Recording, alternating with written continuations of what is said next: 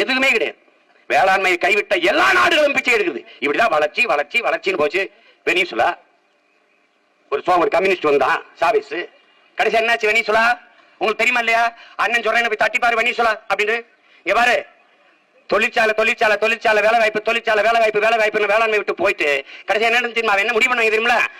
அப்படியே industry develop பண்ணி அப்படியே போய் காசை வச்சுக்கிட்டா அப்ப உணவு பண்ண அதை இம்போர்ட் பண்ணிடுவோம், இறக்குமதி பண்ணிக்கிறோம்னா.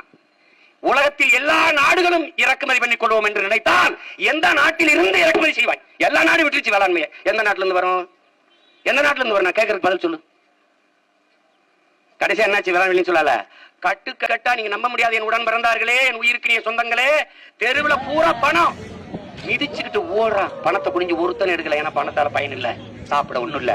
ஆடு இல்ல, மாடு இல்ல, பாம்பு இல்ல, பள்ளி இல்ல, காக்கா இல்ல, கொக்கு இல்ல, நாய் இல்ல, நரி இல்ல, தின்னு முடிச்சிட்டான். ஓடி கடைகளை உடைச்சு ஒரு ரொட்டி துண்டுக்கு சண்டை காட்சி இருக்கு. நான் போய்